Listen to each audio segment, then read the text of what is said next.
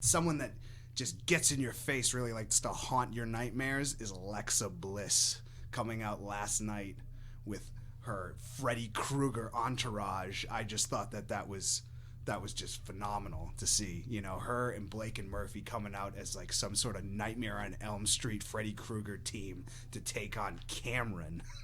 I was very excited for that match. I think Alexa Bliss is one of my favorite workers right now. She is just dynamite every time she's in that ring. From what you said, it definitely sounds like they are lacking in NXT a strong lead heel in the NXT Women's Division, because Sasha Banks was that character for a long time. Yes. And before her, it was Charlotte for a time before she kind of earned the respect of the NXT audience.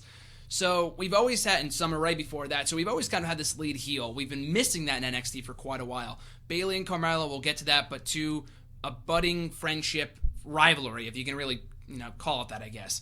We have Bayley, we have Asuka, who is very popular, immensely popular in NXT. Dana Brooke is a work in progress. Emma's kind of already been there.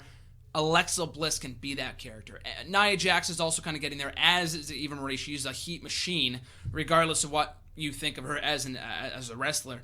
But Alexa Bliss is getting there. Her in-ring work has improved a lot in the last couple of years. I've long been a fan of hers as well. And Cameron, I've never really cared for her. I thought she had a good showing last night in a decent little match. But Alexa Bliss is the one that really shined. And I think this is the role for Blake and Murphy. We talked about the Vaudevillains. Two former NXT Tag Team Champions are Blake and Murphy. They've already kind of done it all in NXT. And I don't know how well they would gel with the main roster scene in the Tag Team division. But I feel like being the backup guys for Alexa Bliss and the chemistry that she has, just an absolutely gorgeous girl. And you throw that in there with the Freddy Krueger-like attire, which is awesome. That gains brownie points for me just for that alone.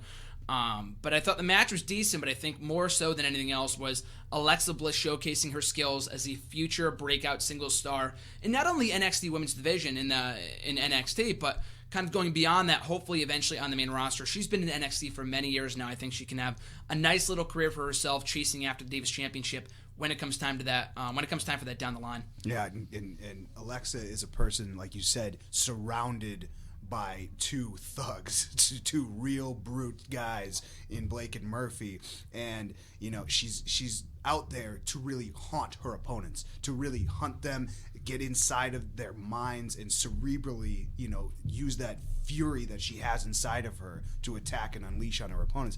And Cameron just has this absolute elitist attitude that I cannot stand. Every time she walks out, she'll try to walk over to a young person in the crowd and just to turn her back. Just classic, I don't care about any of these people here type of mentality, which is so bottom-feeding, low-hanging fruit for Cameron to grab.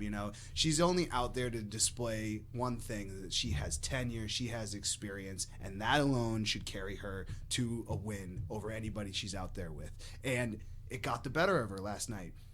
She came out and dropped the ball, and Alexa, with a gorgeous top rope sporkle splash for a crushing win on Cameron. I was, again, highly impressed.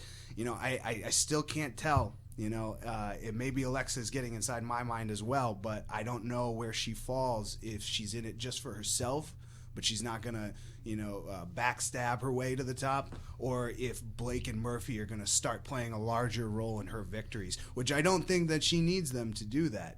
I don't think she needs that at all. But if she's hell-bent on being at the top and she'll do whatever it takes to get there, I might have a different opinion in the future.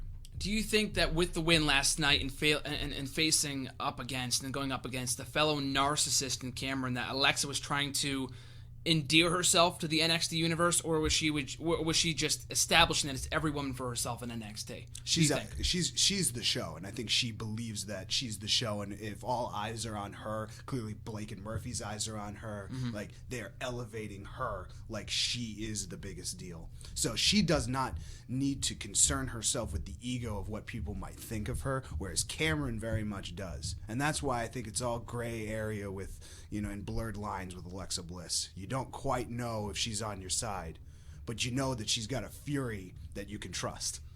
So I agree. That's where I'm at with her.